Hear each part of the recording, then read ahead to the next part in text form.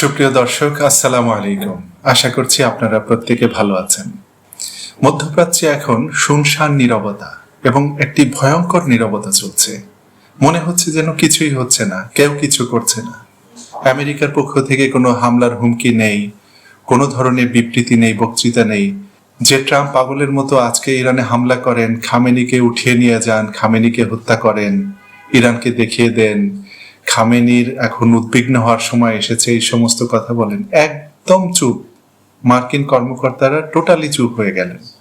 এবং সেই যে ইউএসএস আব্রাহাম লিঙ্কন বিমানবাহী রণতরীকে পাঠানো হলো মধ্যপ্রাচ্যে, সেই বিমান বাহিনীর রণতরী এবং তার সঙ্গের যত ছোট ছোট ডেস্ট্রয়ার, ক্রুজার, এগুলি কোথায় আছে, কি অবস্থায় আছে? তারা কি মধ্যপ্রাচ্যে মোতায়েন আছে, নাকি এখান থেকে সরিয়ে নেওয়া হয়েছে, নাকি ইরানের আরো কাছাকাছি আনা হচ্ছে? কিছুই জানা যাচ্ছে না। এবং এই রণতরীগুলোর ট্রান্সপন্ডার সম্পূর্ণ বন্ধ করে দেওয়া হয়েছে, যাতে এগুলিকে শনাক্ত করা না যায়। এবং কোনো কোনো সামরিক ঘাঁটি থেকে মার্কিন সেনাদের সরিয়ে নেওয়া হয়েছিল, যাতে ইরানের পাল্টা হামলায় তাদের ক্ষতি না হয়। এরকম খবর একের পর এক আসছিল। এমনকি দুদিন আগে ইরানের সঙ্গে আলোচনায় বসার আগে আমেরিকার পক্ষ থেকে বলা হলো যে ইরানে অবস্থানরত যেসব মার্কিন নাগরিক আছো, তোমরা তাড়াতাড়ি ইরান ত্যাগ করো, কারণ যে কোনো সময় হামলা হবে, তোমাদের জীবন বিপন্ন হবে। তারপরে বলল যে যারা ইরান ত্যাগ করতে পারবে না, তারা সুরক্ষিত কোনো ভবনে আশ্রয় নাও, সঙ্গে মোবাইল ফোন ফুল চার্জ দিয়ে রাখো এবং খাবার, প্রয়োজনীয় ওষুধপত্র সঙ্গে রাখো, কারণ মারাত্মক কিছু ঘটতে যাচ্ছে। ওই ঘোষণাটি ছিল আসলে আলোচনায় ইরানকে চাপে রাখা, ইরান যেন ভয় পেয়ে আমেরিকার সব দাবি মেনে নেয়, সেই উদ্দেশ্যে। এবং ওইটিই ছিল আমেরিকার পক্ষ থেকে এই উত্তেজনার সর্বশেষ বাণী, বক্তব্য। এরপরে আর হুমকি ধমকি দেওয়া হচ্ছে না। এবং মার্কিন ইসরায়েলি পত্রপত্রিকায়ও এই উত্তেজনা সম্পর্কে তেমন কোনো খবরই পাওয়া যাচ্ছে না। এখন এই নীরবতার অর্থ কি? এই নীরবতার অর্থ কি এই যে আমেরিকা আর ইরানে হামলা চালাবে না, নাকি এই নীরবতার অর্থ গোপনে গোপনে ব্যাপকভাবে সমরসজ্জা বাড়ানো হচ্ছে এবং যে কোনো দিন হঠাৎ শুনবো যে হামলা হয়েছে? অবশ্য দিনে তো হামলা করবে না, হামলা করবে মধ্যরাতে। এখন পর্যন্ত আমেরিকা বা ইসরায়েলের ইতিহাস তাই, তারা দিনের বেলা হামলা করার সাহস পায় না। তো সেরকম একটা হামলা আমরা হঠাৎ করে শুনে বসতে পারি। আর এখন যেহেতু ইরান সম্পূর্ণ প্রস্তুত অবস্থায় রয়েছে, ইরানের কমান্ডাররা বলছেন যে আমাদের সেনাবাহিনী এখন দিনরাত 24 ঘন্টা সজাগ রয়েছে।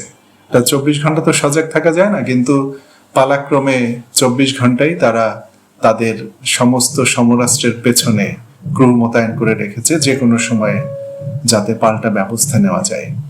এখন অনেকে বলছেন যে সামনে রমজান আসন্ন।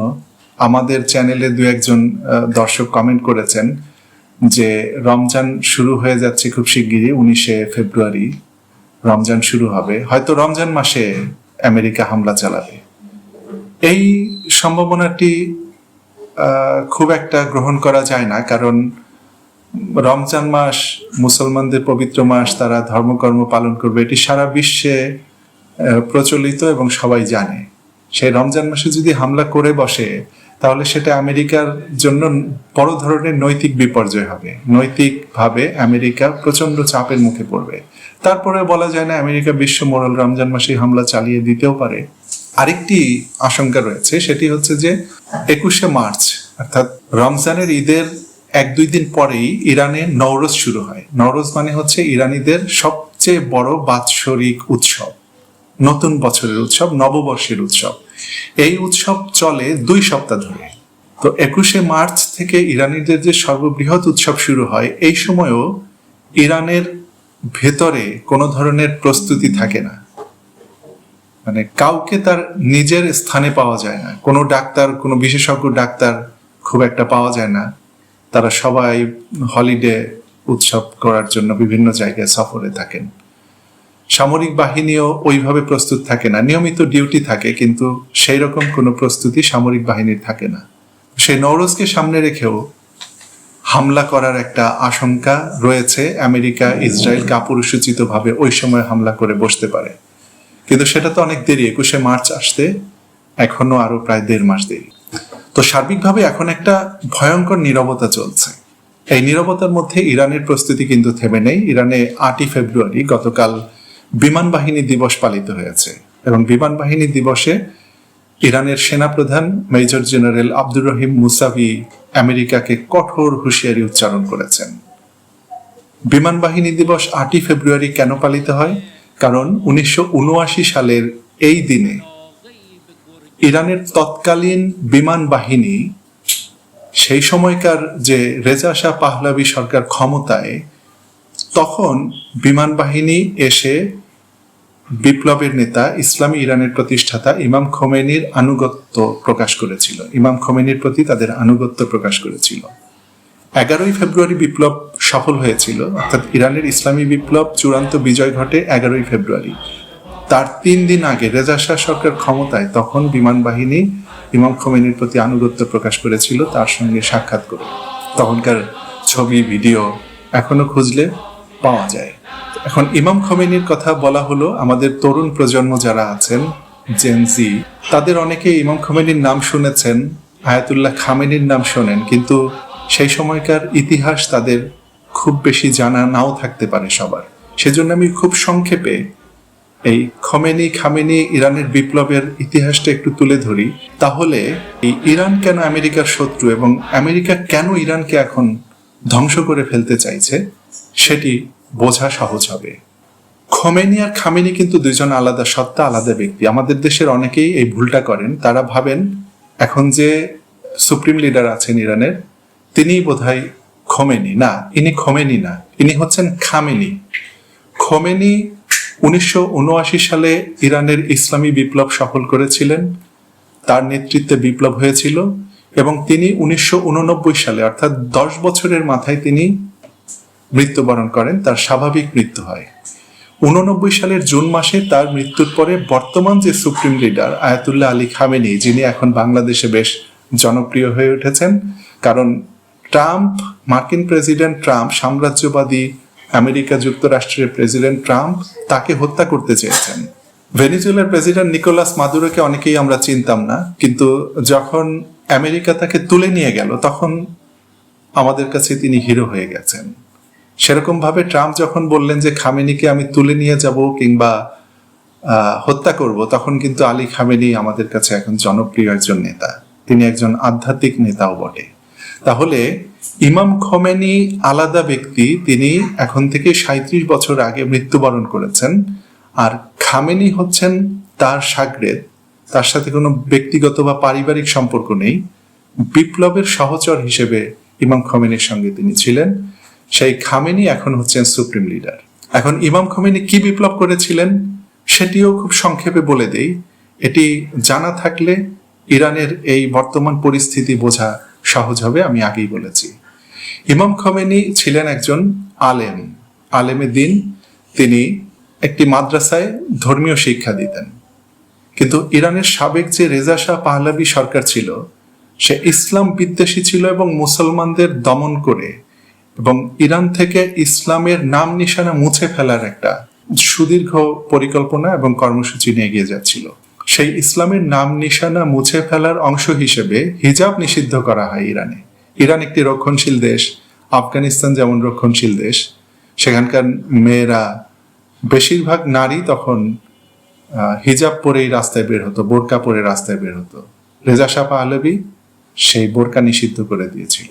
আজকে ইরানের কোনো নারী হিজাব খুলে ফেলার দাবিতে আন্দোলন করে, অথচ সেই রেজা শাহ পাহলাভির সময় ইরানের নারীরা হিজাব পরিধান করার অধিকার আদায়ের জন্য আন্দোলন করছিল এবং ইমাম খোমেনি সেই আইন, যে আইনের মাধ্যমে হিজাব নিষিদ্ধ করা হয়, তার বিরোধিতা করেন।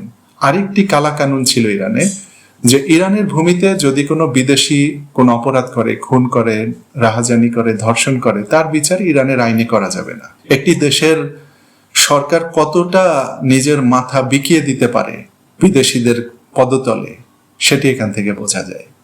বাংলাদেশের আইনে মৃত্যুদণ্ড আছে হত্যার প্রতিবাদে, মানে কেউ যদি কোনো খুন করে এবং সেটি আদালতে প্রমাণিত হয় তাহলে তার মৃত্যুদণ্ড, ফাঁসিতে ঝুলিয়ে তার মৃত্যুদণ্ড কার্যকর করা হবে। এখন ধরুন ইউরোপীয় কোনো দেশের একজন নাগরিক বাংলাদেশে এসে খুন করলো এবং আদালতে প্রমাণিত হলো সে খুনি, তার মৃত্যুদণ্ড কার্যকর হয়ে যাবে বাংলাদেশের আইনে। তার দেশে হয়তো মৃত্যুদণ্ড নেই, কিন্তু যেহেতু সে খুন করেছে বাংলাদেশে, বাংলাদেশের আইনে তার মৃত্যুদণ্ড হবে। কিন্তু ইরানের শাহ সরকার বলল যে না, আমার দেশে কোনো বিদেশি অপরাধ করলে, পশ্চিমা বিদেশি, বাংলাদেশি, ভারতীয়, পাকিস্তানি বিদেশি না, সাদা চামড়ার বিদেশি যদি কোনো অপরাধ করে তার বিচার করা যাবে না। ইমাম খোমেনি 1963 সালে, অর্থাৎ 1979 সালে বিপ্লবের 16 বছর আগে এর বিরোধিতা করলেন এবং প্রবল আন্দোলন গড়ে তুললেন। তাকে কারাবন্দী করা হলো এবং তাকে যেদিন আটক করা হলো সেদিন সারা ইরান বিক্ষোভে ফেটে পড়ল। তেহরানের একটি স্কোয়ারে, যেটির নাম এখন 15ই খোরদাদ, তো 1963 সালের 5ই জুন এই স্কোয়ারে কয়েক হাজার মানুষকে চারদিক থেকে ঘিরে ফেলে ইরানের নিরাপত্তা বাহিনী নির্বিচারে গুলি চালায় এবং এখানে কয়েক হাজার মানুষ হতাহত হয়। এই ঘটনার পর ইমাম খোমেনিকে কারাগার থেকে মুক্তি দিতে বাধ্য হয় রেজা শাহ সরকার। তখন তার অনেক শাগরেদ এবং তার ঘনিষ্ঠজন বলেছিলেন যে হুজুর, আপনি এখন বিপ্লব ঘোষণা দিয়ে দেন, আমরা রেজা শাহ সরকারের পতন ঘটিয়ে ফেলি। তো ইমাম খোমেনি বললেন যে না, এখনো সময় হয়নি, আমার সঙ্গে যারা বিপ্লবের চূড়ান্ত বিজয় ঘটাবে তারা এখন মায়ের কোলে রয়েছে, তাদের বয়স 4 বছর, 5 বছর, 7 বছর, 8 বছর, 10 বছর। এবং তাই হয়েছিল। সেই ঘটনার 16 বছর পর বিপ্লব বিজয় হয়েছিল। 63 সালের এই ঘটনার পরে আরো 1 বছর ইমাম খোমেনি দেশে ছিলেন। তারপরে রেজা শাহ পাহলাভি তাকে দেশে রাখার নিরাপদ মনে করলো না, তাকে ইরান থেকে নির্বাসনে পাঠালো, দেশ থেকে বহিষ্কার করলো। তিনি ইরাকে চলে গেলেন। ইরাকের নাজাফ শহরে তিনি দীর্ঘদিন ছিলেন। সেখানে বসে তিনি বিপ্লবীদের উৎসাহিত করতেন, উজ্জীবিত করতেন। ইরাক সরকারের উপর চাপ সৃষ্টি করে 1978 সালের শেষের দিকে ওনাকে ইরাক থেকে নির্বাসনে পাঠানো হলো ফ্রান্সে। ফ্রান্স সরকার তখন ওনাকে গ্রহণ করলো। এখন আজকের প্রেক্ষাপটে আপনি বলতে পারেন যে একটি ইউরোপীয় দেশ কিভাবে তাকে গ্রহণ করেছিল, একজন মুসলিম নেতা এবং তিনি আলেমের পোশাক পরা, মাথায় পাগড়ি, গায়ে জুব্বা। এটি বোঝার জন্য তৎকালীন প্রেক্ষাপট বুঝতে হবে। আজকে যেমন মুসলমান মানেই সন্ত্রাসী, কোথাও মুসলমান কিছু করলেই তাকে সন্ত্রাসী খেতাব দেওয়া হয়, সেই সময় পরিস্থিতি তেমন ছিল না। তখন পাশ্চাত্যের প্রধান শত্রু ছিল সোভিয়েত ইউনিয়ন এবং প্রাচ্য এবং পাশ্চাত্যের মধ্যে দ্বন্দ্ব ছিল, যেটাকে স্নায়ু যুদ্ধ বলে অথবা শীতল যুদ্ধ বলে। ফলে তখন মুসলমানদের দিকে তাকানোর সময় তাদের ছিল না। তারা তখন নিজেরা যুদ্ধে লিপ্ত ছিল, স্নায়ু যুদ্ধে লিপ্ত ছিল। তো ইমাম খোমেনিকে ফ্রান্স সরকার দেখেছিল একজন আধ্যাত্মিক নেতা, একজন রাজনৈতিক নেতা হিসেবে। 1979 সালের ফেব্রুয়ারি মাস পর্যন্ত ইমাম খোমেনি ফ্রান্সে থাকলেন। এদিকে কি হলো, ইরানের বিপ্লবের মাত্রা এতটা বেড়ে গেল, জনগণ এত বেশি রাস্তায় নেমে আসলো যে শেষ পর্যন্ত রেজা শাহ পাহলাভি ক্ষমতা তার প্রধানমন্ত্রী শাপুর বাখতিয়ারের হাতে দিয়ে 16ই জানুয়ারি 1979 তিনি ইরান থেকে পালিয়ে গেলেন। পালিয়ে তো যাননি, তিনি বললেন যে আমি ক্যান্সার আক্রান্ত, আমি চিকিৎসার উদ্দেশ্যে বিদেশে যাচ্ছি, আমি খুব শিগগিরই ফিরে আসব। কিন্তু আসলে তিনি দেশ থেকে পালিয়ে গেলেন এবং তার পালিয়ে যাওয়ার যে ছবিগুলো দেখা যায়, সেখানে দেখা যায় যে জেনারেলরা, যেসব জেনারেল জনগণের উপর দমন পীড়ন চালিয়ে শাহকে ক্ষমতায় বসিয়ে রেখেছিল, সেই সব জেনারেল হাতে চুমু খাচ্ছে, কেউ পায়ের উপর লুটিয়ে পড়ছে এবং বলছে যে আপনি যাবেন না, আপনি গেলে আমরা অভিভাবকহীন হয়ে যাব, এই মোল্লারা দেশটাকে ধ্বংস করে দেবে, আমাদেরকে হত্যা করবে। কিন্তু রেজা শাহ সেটি শোনেননি, তিনি পালিয়ে যান। এবং বিপ্লব সফল হওয়ার পরে যেসব জেনারেল জনগণকে হত্যার ঘটনায় জড়িত ছিল তাদের প্রত্যেককে ফাঁসি দেওয়া হয়। যারা দেশ থেকে পালিয়ে যেতে পেরেছিল তারাই শুধু জীবনে বেঁচে ছিল, বাকিদের যারা ইরানে ধরা পড়েছিল তাদের সবাইকে ফাঁসি দেওয়া হয়। যাই হোক, 16ই জানুয়ারি রেজা শাহ পালিয়ে গেলেন। ইমাম খোমেনি ফ্রান্সের নফেল্লের সাথে শহরে বসবাস করছিলেন। সেখানে তিনি বললেন যে আমি 1 ফেব্রুয়ারি দেশে ফিরে যাব।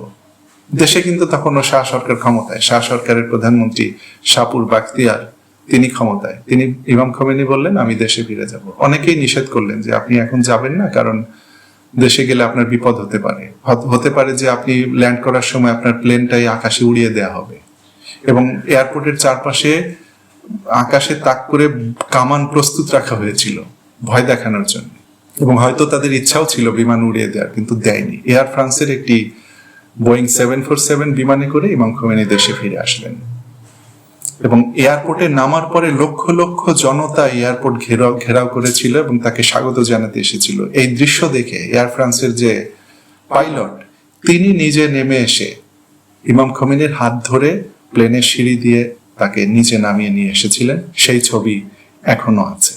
1 ফেব্রুয়ারি তিনি দেশে আসলেন, তখনও শাহপুর বাখতিয়ার ক্ষমতায়। 11 ফেব্রুয়ারি বিপ্লব চূড়ান্ত বিজয় ঘটলো। এই 10 দিন এই দেশে ডাবল সরকার কাজ করেছে বলা যায়। ইমাম খোমেনির নেতৃত্বাধীন সরকার ছিল না, কিন্তু তার শরীরে টাচ করার মতো সাহস শাহপুর বাখতিয়ারের ছিল না।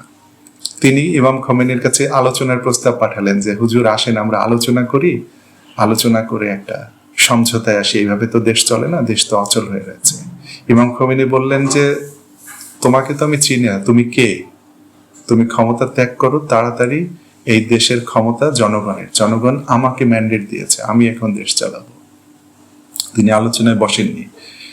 এরই মধ্যে 8 ফেব্রুয়ারি যখন দেশ উত্তাল, 8 ফেব্রুয়ারি বিমান বাহিনীর যে প্রধান তিনি তার শীর্ষস্থানীয় কমান্ডারদের নিয়ে ইমামের সঙ্গে দেখা করলেন, তার বাসভবনে দেখা করে বললেন যে আমরা আপনার আনুগত্য মেনে নিলাম, আপনি দেশ চালাবেন। এবং এই যে আনুগত্য বিমান বাহিনীর, এটি শাহ সরকারের পতনে একটা উল্লেখযোগ্য ভূমিকা রেখেছিল। এবং এর মাত্র 3 দিনের মাথায় শাহপুর বাখতিয়ার দেশ থেকে পালিয়ে গেলেন এবং বিপ্লবের চূড়ান্ত বিজয় হলো 11 ফেব্রুয়ারি। এই বিপ্লব বিজয়ের মাধ্যমে আমেরিকা এবং ইসরায়েলের সমূলে উৎপাটন হয়ে গেল ইরান থেকে। এতদিন ইরান ছিল মধ্যপ্রাচ্যে আমেরিকার প্রধান ঘাঁটি। এখন যেমন সৌদি আরব আছে, দুবাই আছে, সংযুক্ত আরব আমিরাত আছে, অন্যান্য দেশ আছে, তখন ছিল ইরান আমেরিকার প্রধান ঘাঁটি ছিল মধ্যপ্রাচ্যে। তো এই যে সমূলে উৎপাটিত হয়ে গেল আমেরিকা, সেই ক্ষত এখন পর্যন্ত তারা বুকে ধারণ করে। এই ডোনাল্ড ট্রাম্প তখন যুবক ছিল, সে তো জানে যে কত বড় ক্ষত আমেরিকার পোহাতে হয়েছে। সেই ক্ষত সারিয়ে তোলার জন্যই আজ ইরানকে ধ্বংস করার পায়তারা এবং আলী খামেনিকে হত্যা করা। কারণ আলী খামেনি ইমাম খোমেনির নিজের হাতে গড়ার ছাত্র। ইনি যতদিন জীবিত আছেন ততদিন আমেরিকা এই দেশকে, ইরানকে করতলগত করতে পারবে না। তাহলে এই ব্যক্তিকে হত্যা করতে হবে। এবং আপনারা নিশ্চিত থাকুন যে গত 37 বছর ধরে 1 সেকেন্ডও আমেরিকা তাকে হত্যা করার প্রচেষ্টা থেকে থেমে থাকেনি। প্রতি মুহূর্তে তারা আলী খামেনিকে হত্যা করার চেষ্টা করেছে, কিন্তু পারেনি, এখন পর্যন্ত পারেনি। গত বছর যে ইসরায়েল হামলা চালালো, জেনারেলদের মেরে ফেললো, সেদিনও তারা হত্যা করতে চেয়েছে, কিন্তু হত্যা করতে পারেনি। তারা তার অবস্থান জানতে পারেনি, বা যে কোনো কারণই হোক এটি করেনি। তো যাই হোক, বিমান বাহিনী দিবসের কথা বলছিলাম। বিমান বাহিনী দিবসে ইরানের সেনাপ্রধান জেনারেল মুসাবি বললেন যে আমেরিকা, তুমি হিসাব করতে ভুল করো না, সামান্যতম ভুল যদি করো তাহলে তোমাকে আমরা দাঁত ভাঙা জবাব দেব, উচিত শিক্ষা দেব। আর আমরা হুঁশিয়ার করে দিচ্ছি, আমরা মধ্যপ্রাচ্য জুড়ে একটা যুদ্ধ চাই না, আমরা চাই সবাই শান্তিতে থাকুক, কিন্তু তুমি যদি হামলা করো গোটা অঞ্চল আমরা জ্বালিয়ে দেব। মানে উনি এইভাবে বলেননি জ্বালিয়ে দেব, কিন্তু অর্থ হচ্ছে যে গোটা অঞ্চলে আগুন জ্বলে উঠবে। এবং এই গোটা অঞ্চল জুড়ে যে আগুন জ্বলে উঠবে, সেই আগুনে কিন্তু আরো অনেক দেশ পুড়বে এবং একটা বিশ্বযুদ্ধ শুরু হয়ে যাওয়ার আশঙ্কা থাকবে। যাই হোক বন্ধুরা, ভিডিও লম্বা হয়ে যাচ্ছে। আমরা আজকে আরেকটি খবর জানিয়ে আজকের আলোচনা শেষ করব। ছোট্ট একটি খবর, আমি তেহরান থেকে আজই প্রকাশিত একটি পত্রিকার কাটিং তুলে ধরছি। পত্রিকাটির নাম হচ্ছে ডেইলি কেইহান। এই পত্রিকার এই যে বড় বড় হেডলাইনে যে শিরোনামটি রয়েছে, এখানে বলা হচ্ছে যে পরমাণু আলোচনায় যে বসলো আমেরিকা ইরানের সঙ্গে, থেকে প্রমাণিত হয়েছে গত বছরের জুন মাসে তারা আমাদের পরমাণু স্থাপনার ক্ষতি করতে পারেনি। গত বছরের জুন মাসে যখন ইসরায়েল ইরানে হামলা করে, এর ভিতরে আমেরিকা তার B-52 বিমান নিয়ে ইরানের 3টি পরমাণু স্থাপনায় হামলা চালায় এবং সেই হামলায় ইরানের পরমাণু সক্ষমতা সম্পূর্ণ ধ্বংস হয়ে গেছে বলে ট্রাম্প দাবি করেছিলেন। তো ট্রাম্পের সেই দাবি যে মিথ্যা ছিল, সেটি প্রমাণ হয়েছে এখন যে ইরানের পরমাণু কর্মসূচি ধ্বংস হয়নি, ধ্বংস করা যায়নি। তো বন্ধুরা, আজকের আলোচনা এখানেই শেষ করছি। আগামীকালের আলোচনায় আরো নতুন নতুন বিভিন্ন তথ্য, নতুন নতুন খবর, নতুন নতুন বিশ্লেষণ নিয়ে আপনাদের সামনে হাজির হব। ততক্ষণ পর্যন্ত আপনারা প্রত্যেকে ভালো ও সুস্থ থাকুন। আল্লাহ হাফেজ।